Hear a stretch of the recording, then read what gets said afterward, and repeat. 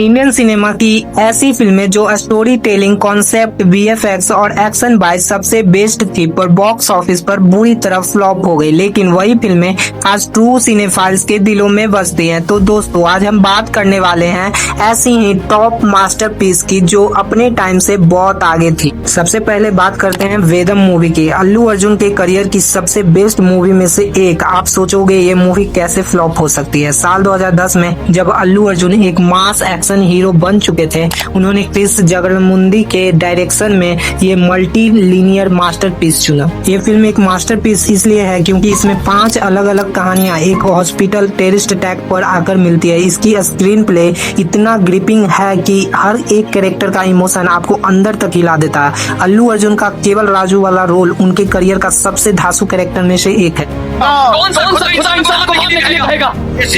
के लिए इस मूवी का क्लाइमेक्स आपको रुला देगा। 16 करोड़ के बजट में बनी ये फिल्म सिर्फ 14 करोड़ ही कमा पाई। इसका सबसे बड़ा कारण था ऑडियंस मिसकंसेप्शन। अल्लू अर्जुन के फैंस थिएटर में उनकी बनी या आर्या जैसी डांस, कॉमेडी और मास मसाला देखने गए थे, पर उन्हें वहां मिली एक बहुत ही सीरियस, इमोशनल और रियलिस्टिक पैरेलल सिनेमा। इस सीरियस स्टोरी टेलिंग को उस दौर के ट्रेडिशनल फैन हजम नहीं कर पाए और उन्होंने फिल्म को फ्लॉप घोषित कर दिया। लेकिन जब इस फिल्म को हिंदी में अंतिम फैसला के नाम से यूट्यूब पर रिलीज किया गया तो इसने सारे पुराने रिकॉर्ड तोड़ दिए हैं। नॉर्थ इंडिया की जनता अल्लू अर्जुन के इस डीप एक्टिंग अवतार को देखकर रो पड़ी। आज भी जब लोग अल्लू अर्जुन की बेस्ट परफॉर्मिंग मूवी की बात करते हैं तो उसमें सबसे पहले वेदम का नाम लेते हैं। अब बात करते हैं भावेश जोशी की। ये इंडिया की one of the best grounded realistic super hero movie में से एक है। ये फिल्म एक मास्टरपीस इसलिए है क्योंकि इसमें सुपर हीरो के पास मार्वल या क्रिस जैसा कोई सुपर पावर नहीं होता। वो एक आम लड़का है जो मार्शल आर्ट सीखता है, दोस्तों के खून का बदला लेने के लिए मास्क पहनता है और करप्शन के खिलाफ लड़ता है। इसके एक्शन सीन एकदम रॉ एंड रियल हैं, खासकर वो रेन बाइक चेस सीक्वेंस जहाँ मुंबई की सड़कों पर रात के अंधेरे में धांसू चेस होता है। इसका बैकग्राउंड म्यूजिक और रियलिस्टिक एक्शन इसे एक कल्ट क्लासिक बनाते हैं। भावेश जोशी का वो सूट है ना, काफी ज्यादा कूल लगता है। इंडियन सिनेमा में सबसे बेस्ट सुपर हीरो सूट अगर किसी का है तो वो भावेश जोशी का है। इस फिल्म का बजट था 21 करोड़ और कमाई हुई सिर्फ 2.5 करोड़। असली वजह wrong release timing and script pacing. ये फिल्म पर्दे पर तब आई जब बॉक्स ऑफिस पर पहले से ही बड़ी फिल्में चल रही थी, जिससे इसको ठीक से स्क्रीन ही नहीं मिला। साथ ही इसकी स्टोरी टेलिंग का जो पहला हाफ था वो आम कमर्शियल ऑडियंस के लिए थोड़ा बोरिंग और डॉक्यूमेंट टाइप लगने लगा था।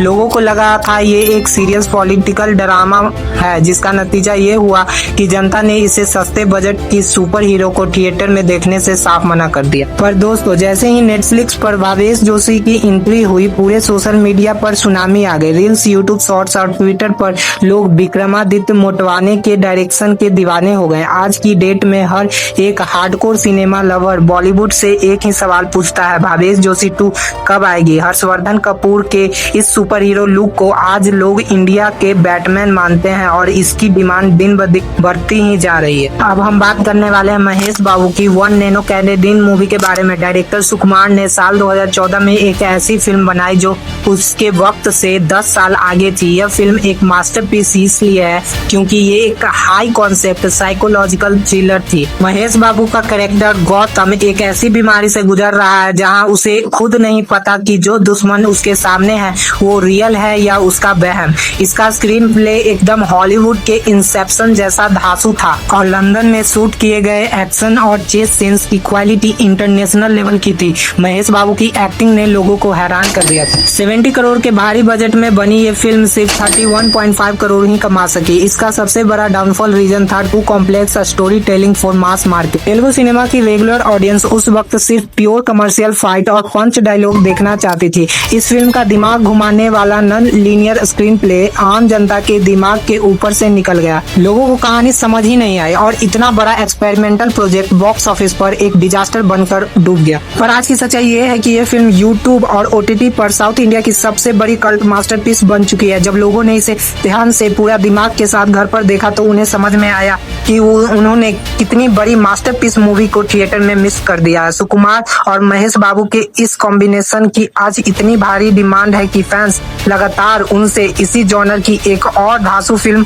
बनाने की मांग कर रहे हैं। अब बात करते हैं सूर्या स्टारिंग 24 मूवी का। दोस्तों, हॉलीवुड में बैक टू द फ्यूचर जैसी फिल्में बनती हैं, पर 2016 में डायरेक्टर विक्रम कुमार ने इंडिया को एक ऐसी साई-फाई फिल्म दी जो हॉलीवुड से भी 2 कदम आगे थी, 24। ये फिल्म एक प्योर मास्टरपीस इसलिए है क्योंकि इसका टाइम ट्रेवल कॉन्सेप्ट और बटरफ्लाई इफेक्ट इतना परफेक्ट था कि स्क्रिप्ट में एक भी लूप होल नहीं था। और इस मूवी की सबसे बड़ी जान थे सूर्या। उन्होंने इसमें ट्रिपल रोल प्ले किया था, money the hero, Setu Raman the scientist और सबसे बवाल कैरेक्टर अथारिया का वो साथी दिमाग, व्हील चेयर पर बैठकर अपने ही भाई को मार देना और इमोर्टैलिटी के लिए किसी भी हद तक जाना। इस निगेटिव परफॉर्मेंस ने पूरे देश को हिलाकर रख दिया था। इस मूवी का BFX एंड CGI वर्क काफी बेहतरीन था, खासकर वो MS धोनी वाला टाइम फ्रीज सीन इस मूवी का सबसे पीक सीन में से एक है।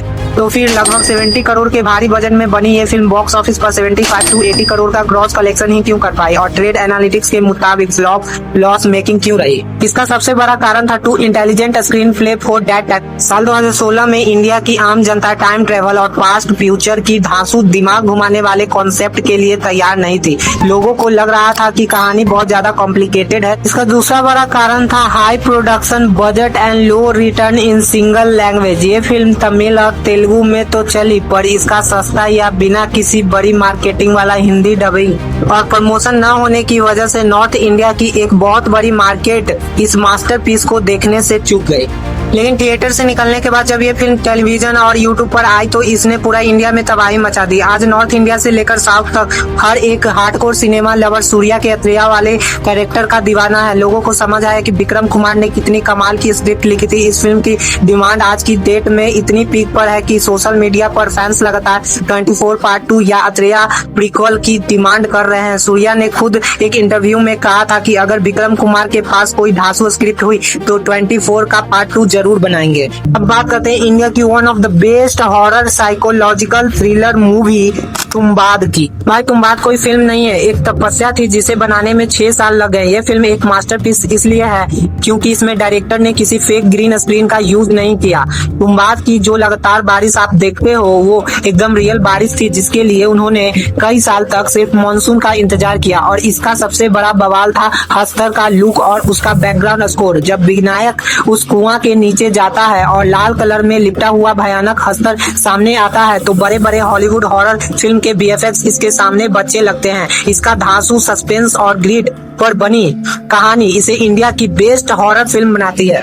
तो फिर 15 करोड़ के बजट में बनी ये फिल्म सिर्फ 12 करोड़ पर क्यों सिमट गई? इसका पहला बड़ा कारण था weak storytelling for general audience. ये फिल्म आम जनता के लिए बहुत ज्यादा बात, स्लो और अर्थ ड्रिवन थी, जिसमें कोई फालतू कमर्शियल आइटम सॉन्ग या कॉमेडी नहीं थी। दूसरा बड़ा कारण था बैड मार्केटिंग और 0 स्टार वैल्यू। सोहम शाह एक कमाल के एक्टर हैं, पर उनका कोई मास स्टारडम नहीं था और 2018 में इस फिल्म को लगभग बिना किसी बड़ी प्रमोशन के थिएटर में उतार दिया गया, जिससे लोगों को पता ही नहीं चला कि ऐसी कोई फिल्म आई भी है या नहीं।